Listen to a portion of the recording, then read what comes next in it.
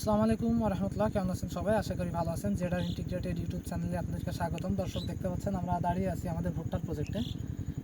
এইটা আমাদের জেডার integrated agro ফার্মের ভুট্টার জমি।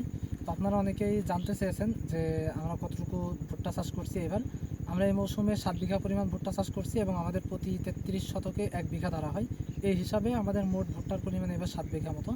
তো আমরা চাইলে এটা হারভেস্ট করা পর্যন্ত রাখতে পারবো, কিংবা যদি মনে করি সাইলেজ তৈরি করে বিক্রি করব তো সেটাও করা যাবে।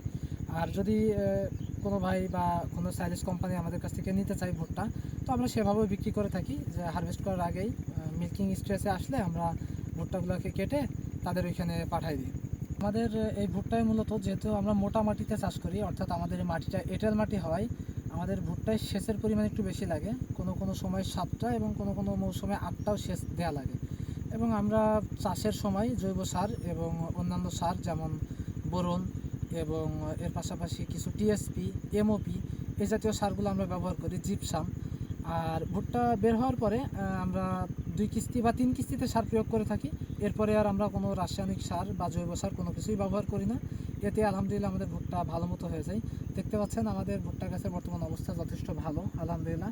কালার এবং গ্রোথ সব মিলাই যথেষ্ট ভালো বলা যায়।